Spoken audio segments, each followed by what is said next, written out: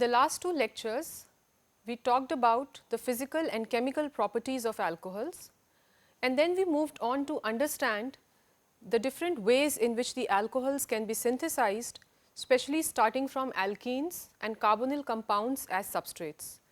Then the next we moved on to making diols with the help of dihydroxylation reaction starting with olefins and taking permanganate, KMnO4 and osmium tetroxide as the dihydroxylating reagents. So, with that synthesis and the chemical and physical understanding of alcohols, let us in today's class understand the reactivity pattern, the reactions which are different types of reactions which the alcohols undergo.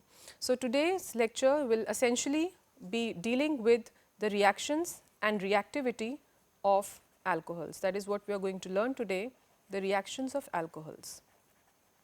But before we start, we should understand what is the kind of reactivity the alcohols have by virtue of the hydroxyl functional group.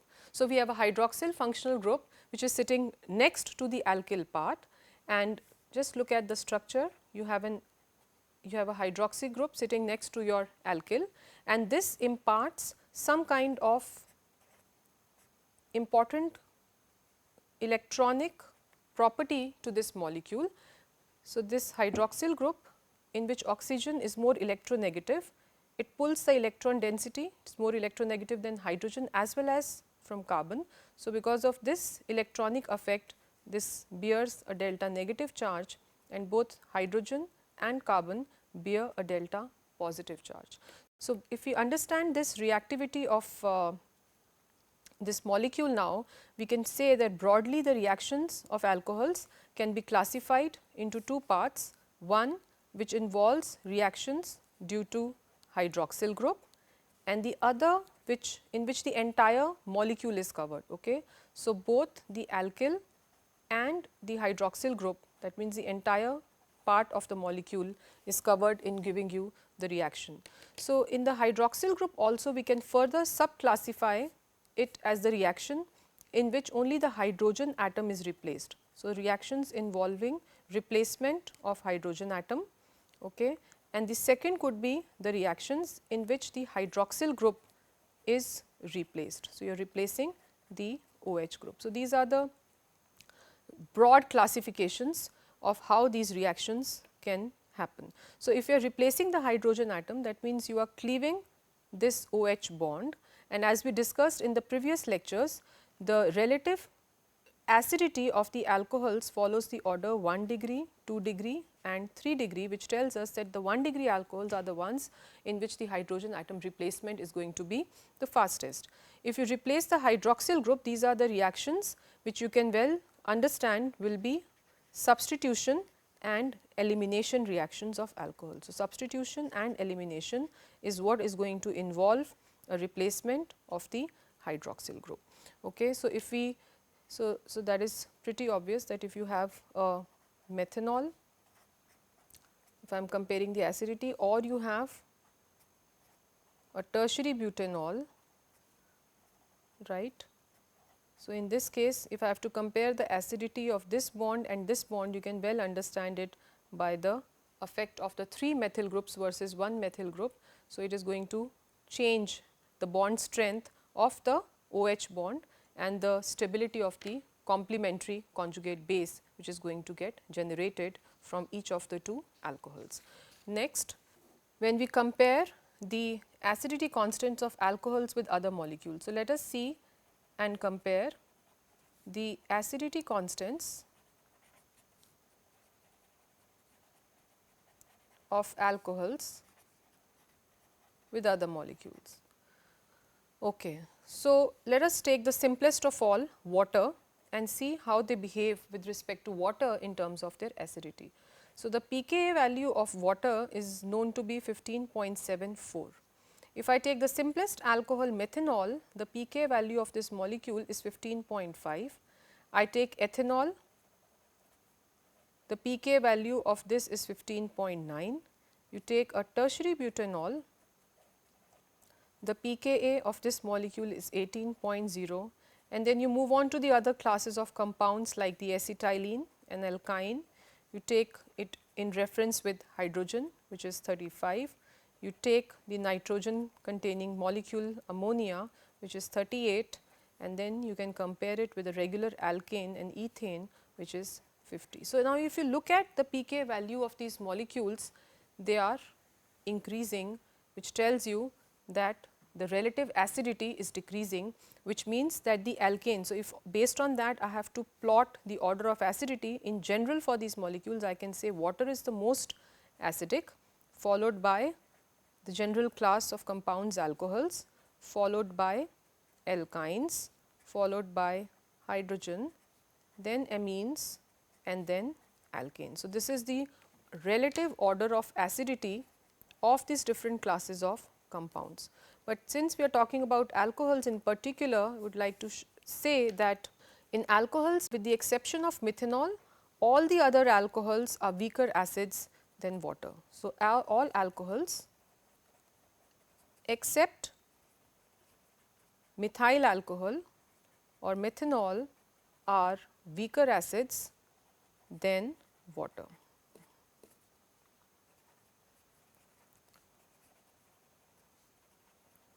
So, when we talk about this acidity behavior, we have to understand it in terms of the stability of the conjugate base. So, what is happening in this reaction, that you have an alcohol, okay, and when you are saying that it is acidic, what is happening in this equilibrium reaction? So, this alcohol is giving you, after losing a proton, it is giving you an ion which is a alkoxide ion. Okay. So, you are generating an alkoxide ion, and this is your protonated form of water. This is what is happening essentially when we are saying, when we are talking about the acidity constant of alcohol.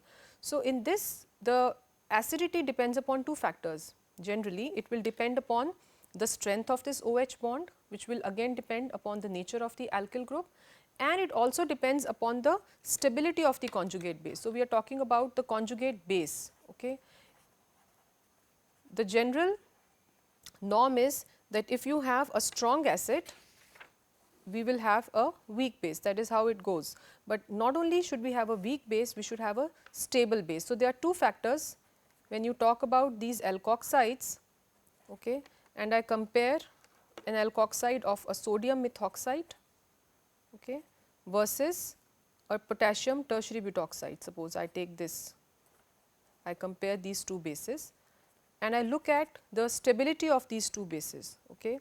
Now, this being a small base, this can easily undergo solvation, right, it can undergo solvation, but this being surrounded by 3 methyl groups is center, this is a bulky base and it undergoes, because of crowding, less solvation, and that is what you were seeing in the trend, that methanol was a stronger acid, right, because it has a weak base. In terms of the order of the basicity of these bases, I can say that the order of basicity will be that sodium methoxide is a weaker base as compared to hydroxide, and then you move on to ethoxide, the same order which we saw for the corresponding acids or the alcohols of these bases. So, the order of basicity for these corresponding conjugates bases arising from these species is going to follow this order, which tells me that this is the strongest base and this is the weakest base. So, we were comparing a tertiary butoxide with a methoxide, and this is a stronger base, okay, and therefore, the corresponding tertiary butanol is a weaker acid. So, these things are based upon two factors, as I pointed out. One, it depends upon the electronic effect of the R group, okay, and second, it depends upon the extent of solvation of the conjugate base, which again will be dependent upon the R group, the steric factor which allows it to undergo extensive hydrogen bonding with the solvent molecules and get stabilized or not. So, with this understanding on the acidity behavior of the alcohols, we now move on to see what are the reactions it is offering as a result of this hydrogen replacement. Okay, so, we come to the first class of reactions, which is the reactions replacing hydrogen atom.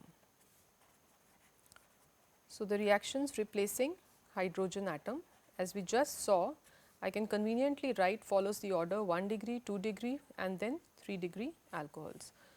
This is the order of reactivity of the alcohols in terms of the ease with which they are able to replace the hydrogen atom. So, the first reaction in this series would be the reaction with active metals, which we did earlier also in the previous class when we were talking about the acidity behavior of these alcohols. We did it previously with active metals such as sodium, potassium, aluminium.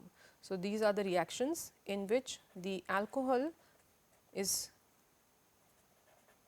reacting with the base and it is giving the corresponding alkoxide with the evolution of the hydrogen gas. So, this could be a sodium metal, or in general if I have to write, it could be any of these active metals. You can even have magnesium in these series. So, you can in general say that this reacts with the metal and it gives you the corresponding alkoxide and this gas. So, this is the basis on which we previously also discussed about the formation of the potassium tertiary butoxides and the aluminium tertiary butoxides, which are used as bases in organic synthesis. Okay. The next reaction which talks about the acidity of these alcohols is the reaction with Grignard's reagent. Grignard's reagents, we know, are able to abstract any acidic proton very easily. Okay. So, Grignard's reagent essentially react with active hydrogen species. So, they react with active hydrogen species and the substrate in this case happens to be alcohol. So, when the alcohol reacts with Grignard's reagent, it picks up this hydrogen. Okay. So, this hydrogen is picked up by the alkyl part of the Grignard's reagent and what you get is the corresponding alkane and ROMgX. So, which tells you that this is the stronger acid as compared to this, which is a weaker acid. Okay. The third type of reaction could be when you have the alcohol and you treat it with organic acid.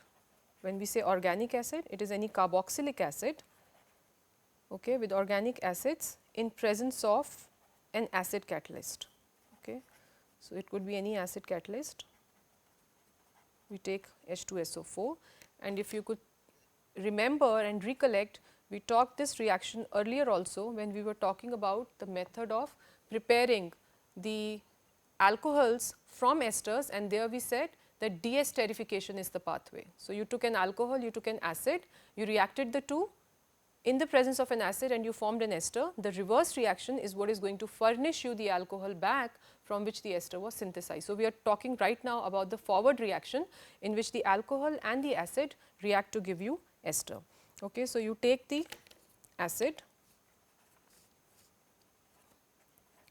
this is an acid catalyzed reaction. So, the first step is the protonation.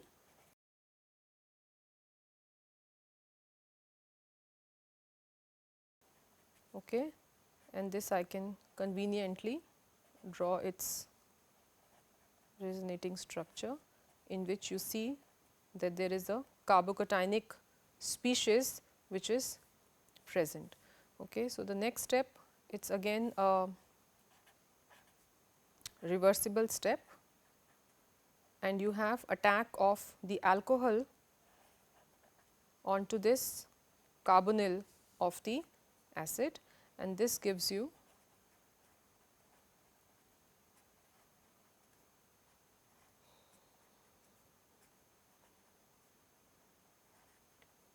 this is followed by loss of a proton from here, okay, and you get this species.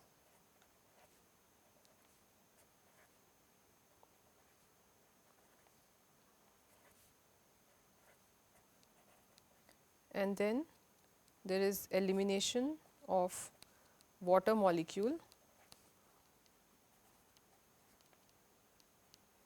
and you are left with this carbon bearing a positive charge, and then this can be reorganized to show in this manner,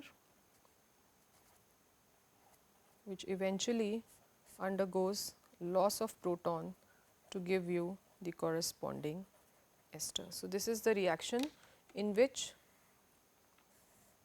the esters are obtained when you treat an alcohol with an acid. So, this is your building block, and this is an acid catalyzed reaction which is giving you an ester. And if you look at this reaction, this involves the replacement of the hydrogen atom of the alcohol. So, that is why we are saying that this is another reaction in which this is replaced and this OR goes and attaches itself to the carbonyl of the acid. Another reaction similar type which furnishes the esters, but with another activated substrate of an acid, is with acid chloride or anhydride. So, this reaction is essentially the same which we just discussed with the acid, but in this case instead of the acid we can take acid chloride or we can take the corresponding anhydride, and both the cases the product which we get is an ester. Okay, so, the reaction is quite straightforward.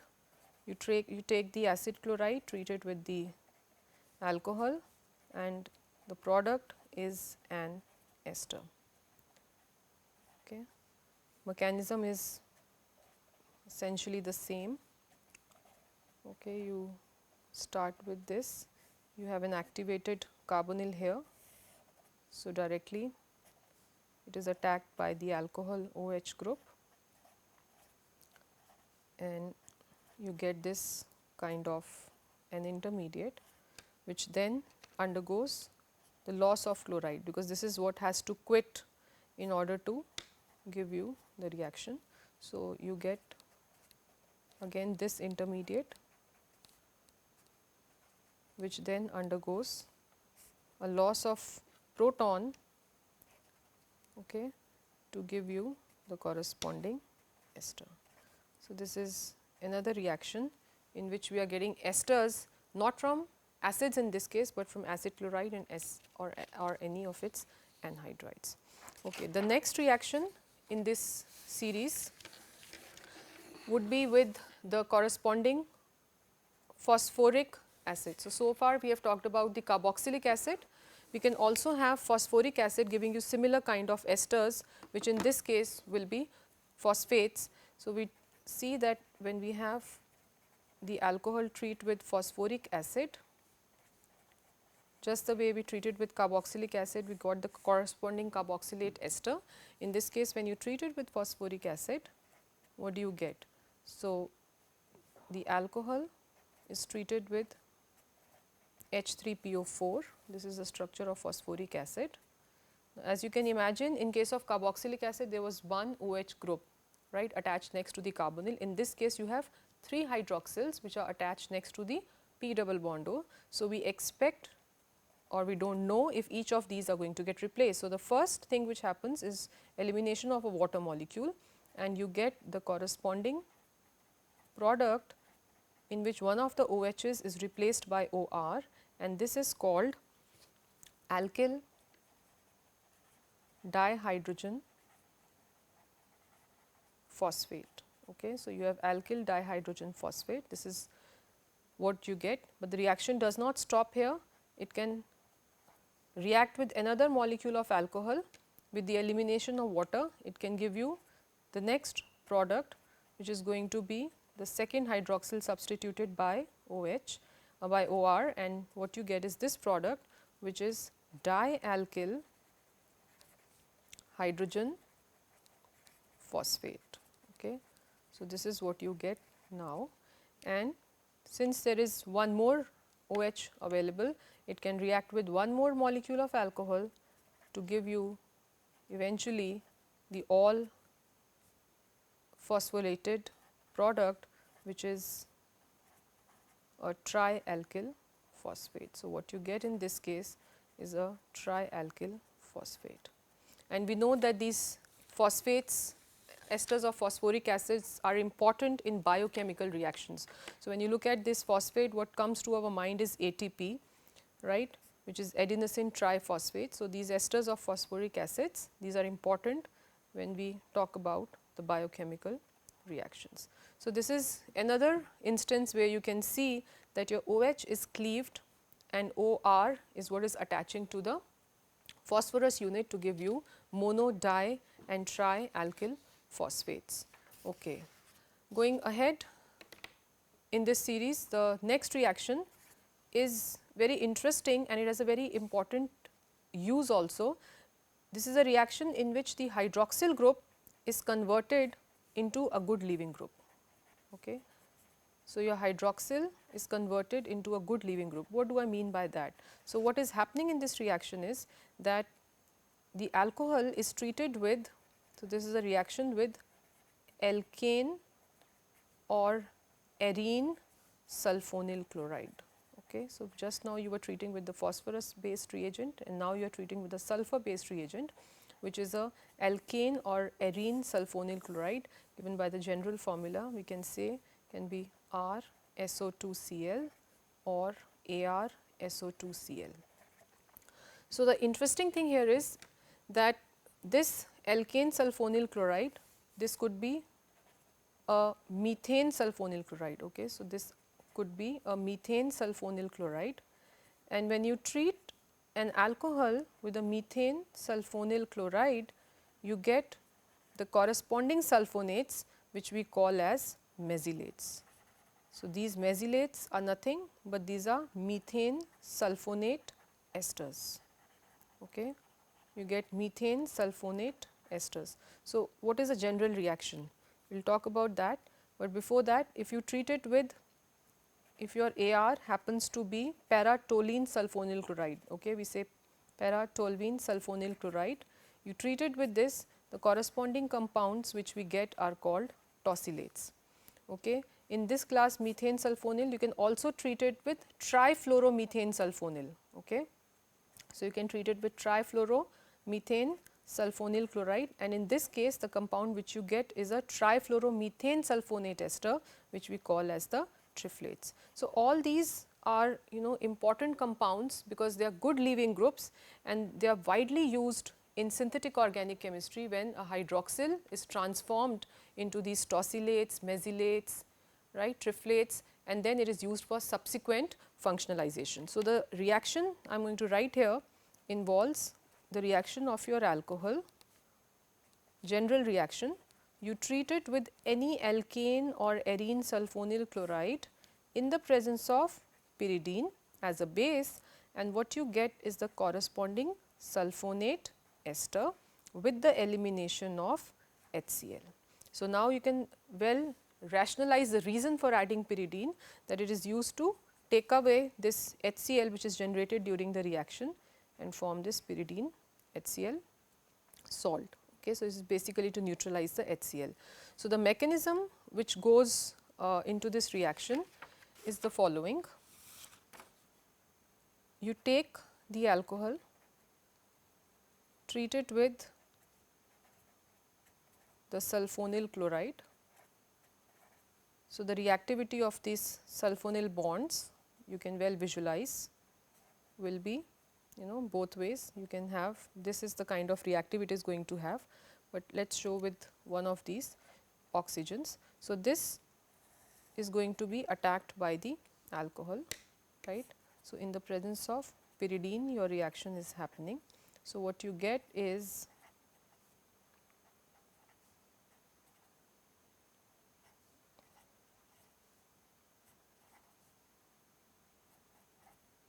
this intermediate. Okay. So, you get this intermediate which is unstable and immediately undergoes loss of chloride ion to give you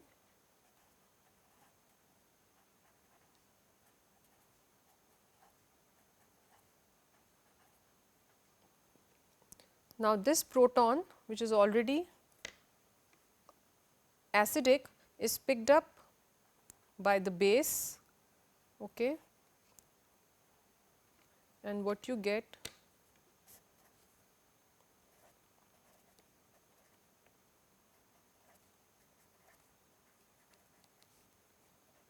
is your corresponding sulfonate. Okay.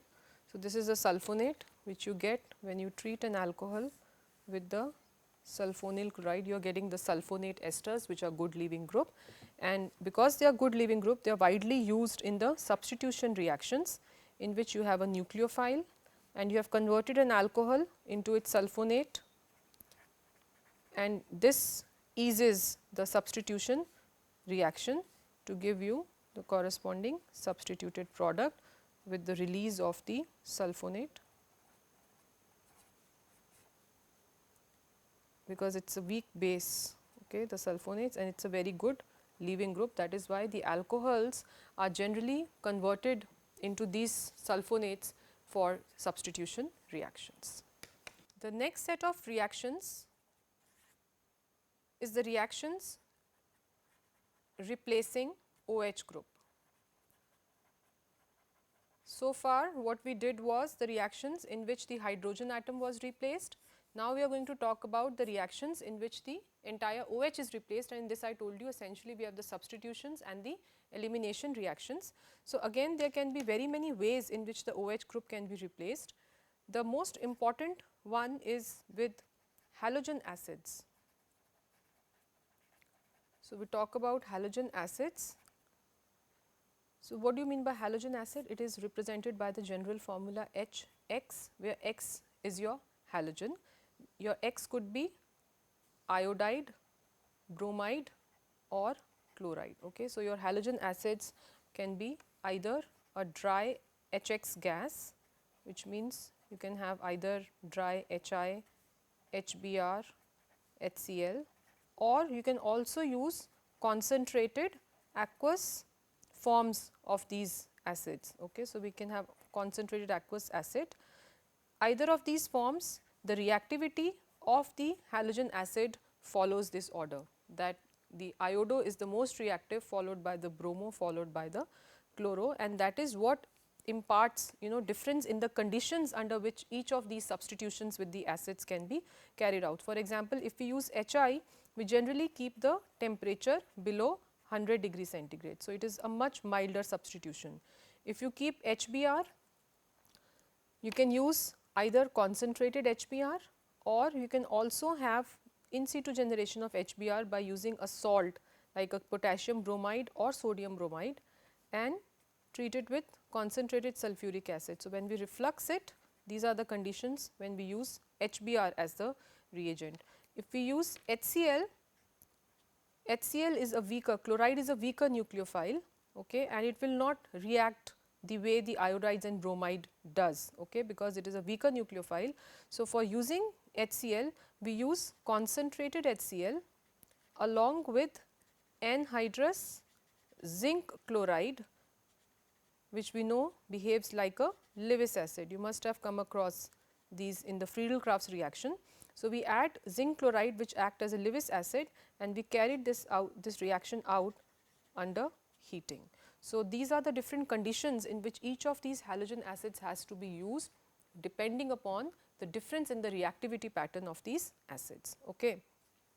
So, the reaction is a substitution reaction, you would have guessed by this time, it is a substitution reaction, okay. And since we are using an acid, this reaction is also an acid catalyzed reaction, okay. Reaction with halogen acids is an acid catalyzed reaction. So, what is the need of an acid? You are working with an alcohol, you treat it with HX, you are getting the corresponding halide with the elimination of a water molecule. But we say it is an acid catalyzed reaction. The reason for using an acid here is that the acid protonates the alcohol, okay. It protonates the OH of the alcohol and makes it a good leaving group. So, this is probably the same thing which talked a few minutes ago, that to convert it into a good leaving group, you are converting into the corresponding sulfonates, because OH itself is not a good leaving group. So, it is an acid catalyzed reaction which protonates it and makes OH a good leaving group and facilitates the substitution. Okay. So, what is happening with the different kinds of hydrogen halides. So, if you have the alcohol, okay, and you treat it with, let us say, the HBr, okay, it is a simple substitution reaction. You get the corresponding bromide, and this is about it. If you use the corresponding chloride, we are saying that this is not working for this one, and the ease with which a bromine is able to replace a hydroxyl is not the same with which a chloride can do so, and there is no reaction if you just use a concentrated HCl for carrying out the substitution. So, in this case, an additive is added, which is your zinc chloride, I just said, behaves as a Lewis acid, and what does it do is it activates your hydroxyl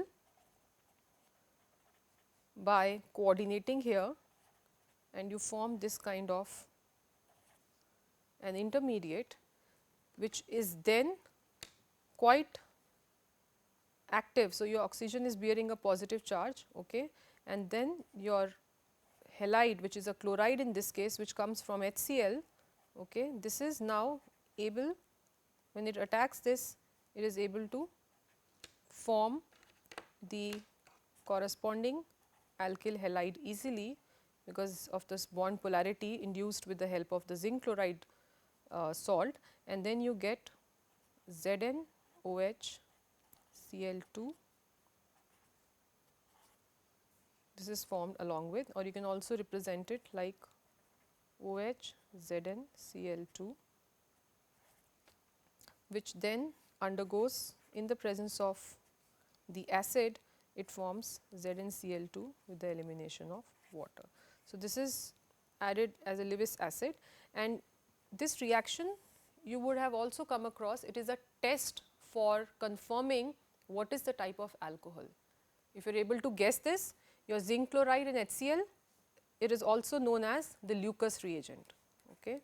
You might have come across this reagent name, and this is a reagent which is used for distinguishing between the primary, secondary and tertiary alcohols. So, what it does is, when you add this Lucas reagent to a 1 degree alcohol, it gives no turbidity. This is the visual interpretation that there is no turbidity. Okay.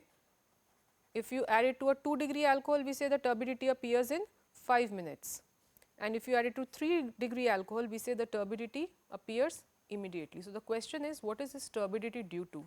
This is what the reaction is. We have shown you that the chloride is replacing hydroxyl, you are forming alkyl halide, and this reaction is carried out under aqueous condition. So, when you have this alkyl halide formation, this is what it imparts turbidity to the reaction, to your solution, because of its insolubility in the aqueous media. So, when you have a 3 degree alkyl halide, immediately it gives you turbidity because of the formation of the 3 degree alkyl chloride. Okay. Let us see a few examples with which these halogen acids are able to substitute. I will take a few examples. You take N-pentyl alcohol. So, you start with N-pentyl alcohol, which is a 1 degree alcohol. You treat it with HCl, and you have to add anhydrous zinc chloride and heat it, because otherwise the reaction will not go, and then under these strong conditions, what you get is the corresponding N-pentyl chloride. This is how these alcohols react with the halogen acids to give you the corresponding alkyl halides. If you start with the 2 degree alcohol, let us say you start with isopropyl alcohol.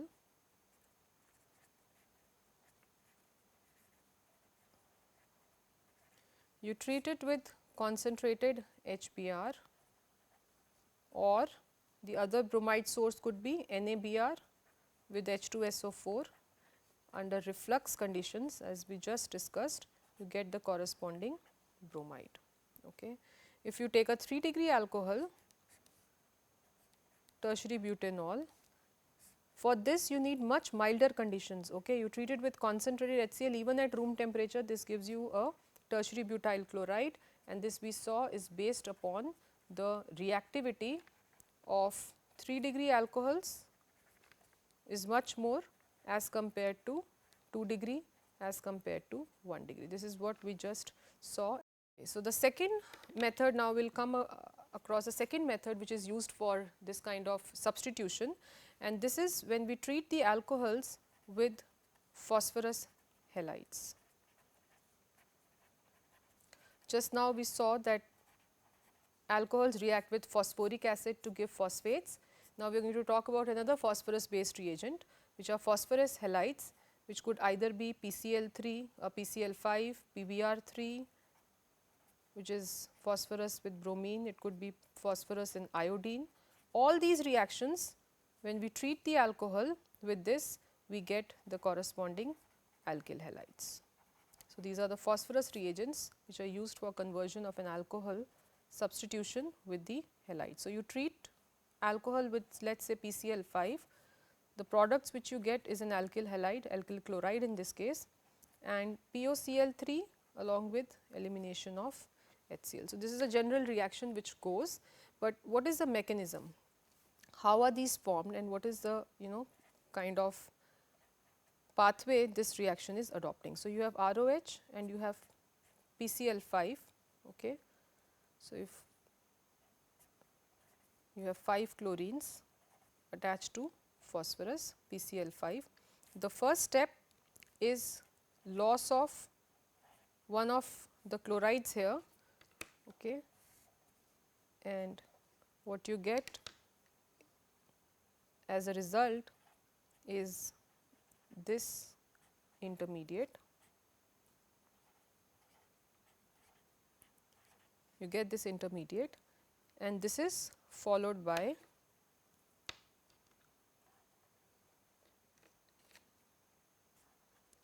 loss of H plus and Cl minus. That means there is a loss of HCl here, and what you get is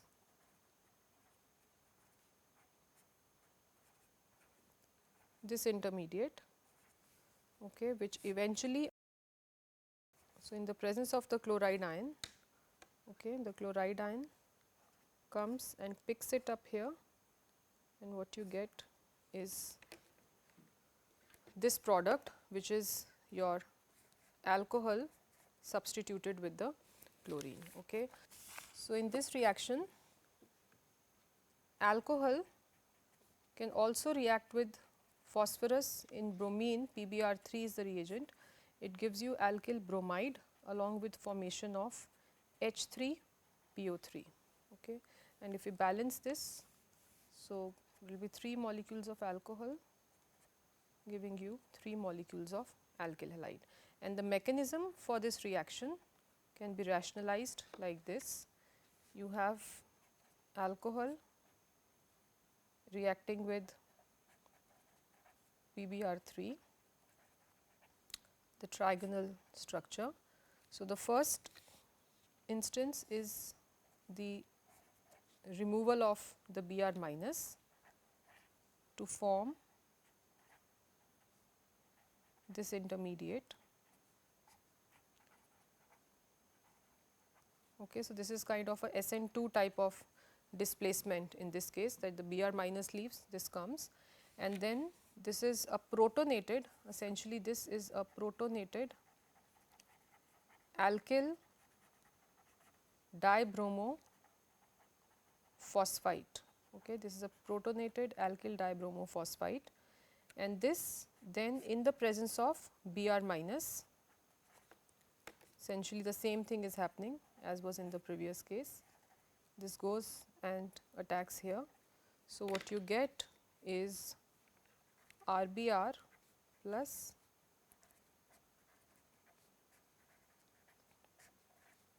this, and which can again, since there are 2 bromines present here, it can again react with 2 molecules of alcohol, right, and undergo loss of these 2 Brs to give you 2 molecules of alkyl bromide along with formation of this acid, which we can say is a phosphorus acid.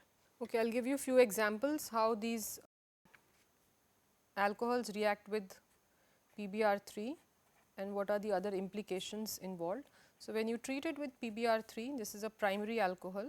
Okay. This is 2 methyl 1 butanol.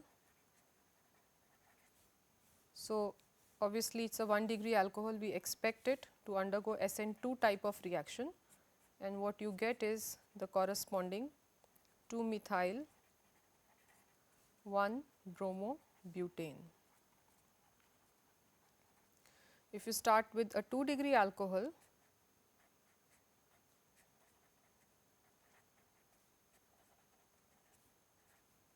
which is 1 phenyl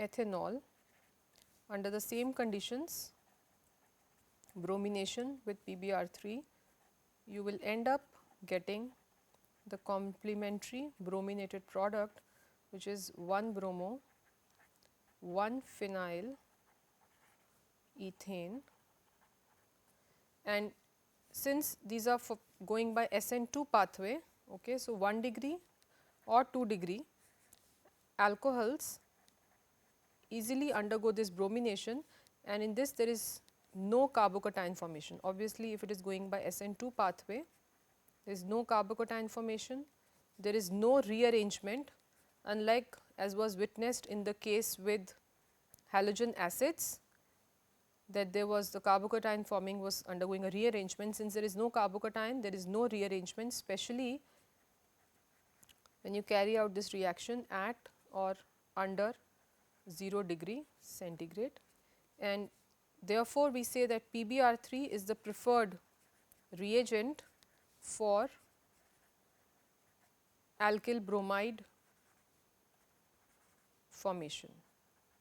Okay, so, for these reasons, this is the reagent of choice when we have to carry out or make the bromides of from the alcohols. All right. So, this was about the alkylation with halogen acids and with phosphorus reagents. Let us look at another reagent for carrying out the halogenation of alcohols, which we call as a thionyl chloride. Okay. So, with thionyl chlorides and the reaction with alcohols is very interesting again, because in this case it is a very clean reaction. Okay. You start with the alcohol, treat it with thionyl chloride in the presence of pyridine, you get the corresponding alkyl halide with the evolution of sulfur dioxide and HCl, both of which are gases. Okay. So, we say it is a very clean reaction and specially suitable for formation of alkyl chlorides, which otherwise if you use a halogen acids require much harsher reaction conditions. Okay. So, you can have a primary alcohol, you treat it with SOCl2 in pyridine, you get the corresponding halogenated compound. Okay. So, it is an important reaction for synthesizing the chloroalkanes, and the mechanism which goes into this reaction can be interpreted like this. You have a sulfonyl chloride SOCl2. So, based upon the reactivity pattern, obviously we expect that this bond is polarized, and this is what is going to be the first line of attack, and what we get from here is this intermediate.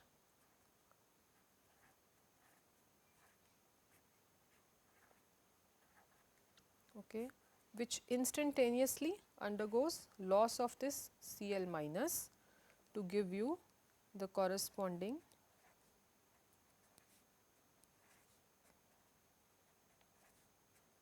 intermediate. And now, since we have pyridine in the reaction medium, it picks up this acidic proton and we get the alkyl chlorosulphite,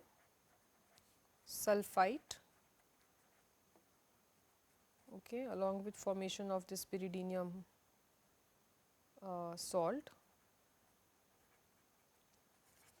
and then eventually the last step is that your alkyl chlorosulphite which is formed, okay,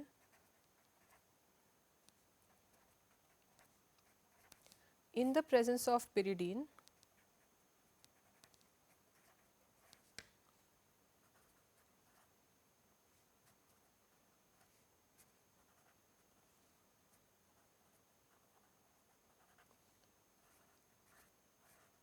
undergoes this reaction when you get the alkyl halide along with formation of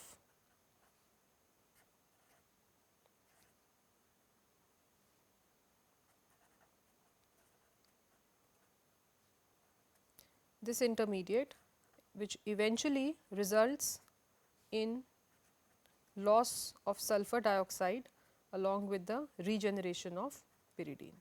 So, this is the overall mechanism of the reaction, in which you can see that sulfur is eliminated as the SO2 gas. So, this is a good method for the synthesis of the alkyl chlorides. Okay, so now we move on to the third type of reaction, in which we have reactions involving both the alkyl and the OH groups. Okay. So far what we have studied is, if it is only the OH bond breaking, hydrogen is getting substituted, or the entire OH functionality is getting substituted. Now we will deal with reactions, the third type, in which both the alkyl and the OH groups are involved. And in this we have three types of reactions. One is an oxidation reaction, which involves both parts.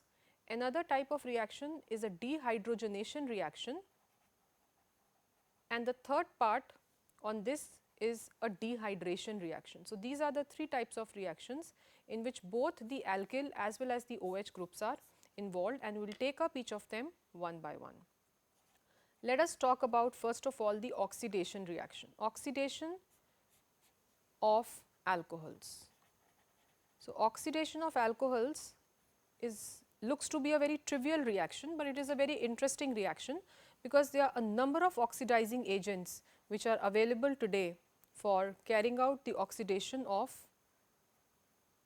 alcohols to different species. Okay. So, a number of different oxidizing agents are available. So, we can have alcohols, again depending upon the fact they are primary, secondary or tertiary. They have different ease with which they can get oxidized, they can different products which can be obtained as a result of their oxidation, and the kind of oxidizing agent which is used to carry out this kind of transformation. What we are going to discuss today are the reagents based on manganese 7 and chromium 6 species. Okay, so, number of oxidizing, I mean if I go on and telling you about the type of oxidizing agents available, it can be a one full course in itself, but we will restrict ourselves to manganese 7 and chromium 6, the traditional and the most well studied oxidizing agents for oxidation of alcohols. For manganese 7, the reagent which we use is KMnO4, potassium permanganate. It can be used under acidic conditions. So, we have acidified KMnO4, or it can be used under alkaline conditions, in which we have alkaline KMnO4. Both these reagents are able to carry out the oxidation of 1 degree alcohols directly till the acid. Okay, so, if you take a 1 degree alcohol, let us say you take this alcohol and you treat it with KMnO4, it is going to oxidize it all the way till the end, till you get the corresponding acid. If you treat it, this alcohol with KMnO4, the corresponding acid which you will get is this.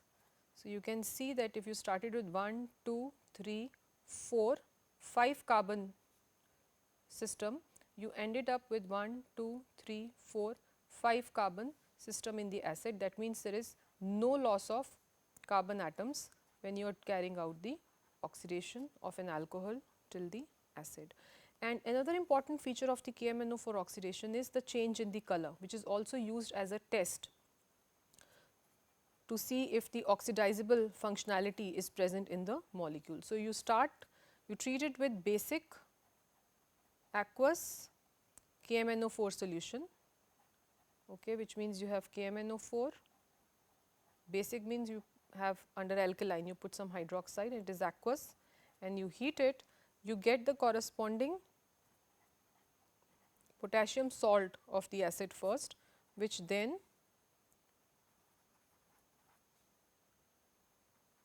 gives you the corresponding acid along with the formation of a brown precipitate of MnO2. So, you started with the basic aqueous KMnO4 solution, which was purple in color, and you ended up with a brown PPT. That means this reaction is taking place and there is an oxidizable functionality which is changing the color of manganese from purple to brown. The other important reagent in this series, as I said, is a chromium 6 reagent, and a chromium 6 reagent again can be used in different ways. The most popular and important ones are, we use chromium trioxide in dilute H2SO4, and this mixture is taken in aqueous acetone. Okay. This reagent, when you take in dilute H2SO4 chromium trioxide, it generates what we call as the chromic acid. So, it gives you chromic acid, which is H2CrO4, and this reagent is known as the Jones reagent. It is the popular Jones reagent which is used for the oxidation of alcohols. Okay, you can, so one, you can use the chromium trioxide, or you can directly use the chromic acid or sodium chromate in H2SO4 water mixture, which again can carry out the oxidation of any alcohol or 1 degree or 2 degree into the corresponding aldehyde or ketone. So, what is so interesting about this Jones reagent or the chromium based reagents is that if you start with the alcohol and you treat it with the chromium reagent, which is orange red in color, you get first of all the corresponding aldehyde if it is a 1 degree alcohol. You stop at the aldehyde stage along with the formation of chromium 3 plus ions which are green in color. But the reaction is difficult to stop at this point, and it further, in the presence of the available chromate ions, gets converted into the corresponding acid. But what is visually appealing here is that the orange red color of your solution changes into light green because of the presence of these chromium ions. So, when you have a KMnO4 solution, your purple color changes to brown, but if you have a dichromate, your orange color changes to green, and these are the visual indications that an alcohol functionality is present in the molecule. So, let us now look at the mechanism of this oxidation with chromic acid, and more importantly that if you have a 1 degree alcohol, right, it first reaches up to the aldehyde stage and then it goes finally up to the acid when you treat it with the chromium based reagent for carrying out the oxidation. So, let us see the mechanism, how it works. So, you start with the alcohol, I am taking a 1 degree alcohol, you treat it with chromic acid. Okay. The first step is the loss of this water molecule to give you a very important but unstable intermediate.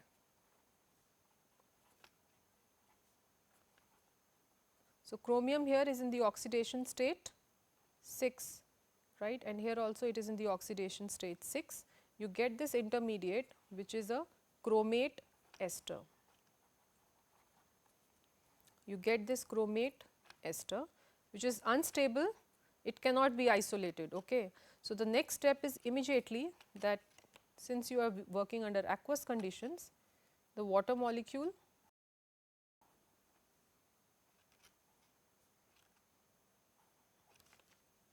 you get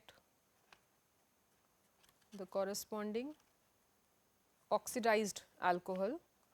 This is the oxidized form of the alcohol. along with formation of this reduced chromium species. Okay. So, you have a reduced chromium species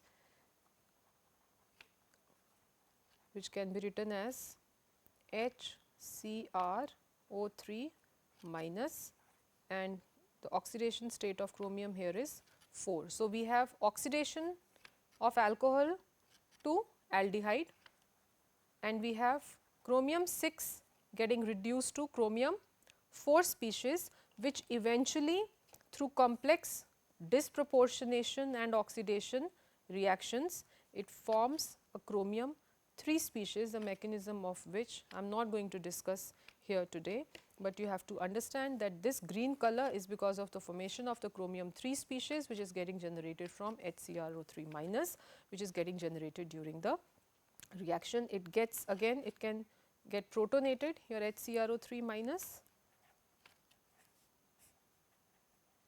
You are working under acid conditions to give you this molecule, which is H2CrO3.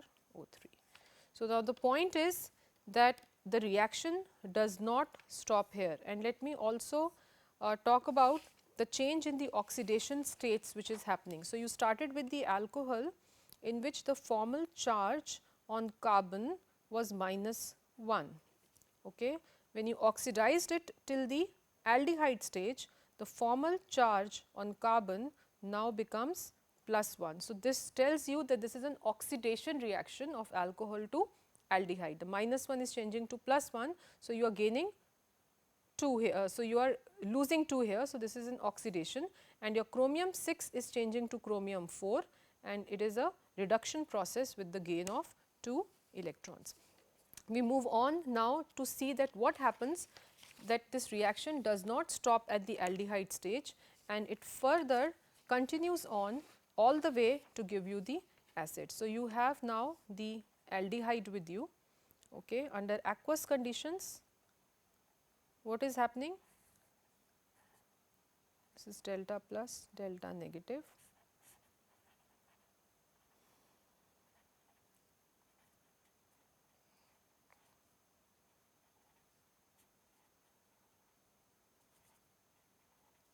You get this intermediate, and you can also write this, rewrite this as this intermediate, which is an unstable aldehyde dihydrate. Okay. So, it is an aldehyde dihydrate which is formed when the aldehyde is there under acidic aqueous conditions. So, once the aldehyde forms a dihydrate, next series of steps is the same as were for the oxidation of the primary alcohol, as we just saw that there is loss of a water molecule, there is formation of this chromate ester, okay, the same sequence of reactions, and then eventually this is lost as the presence of water, this is lost as an acid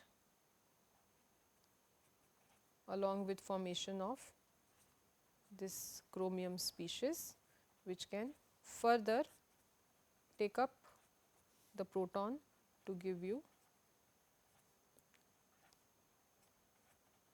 H2CrO3.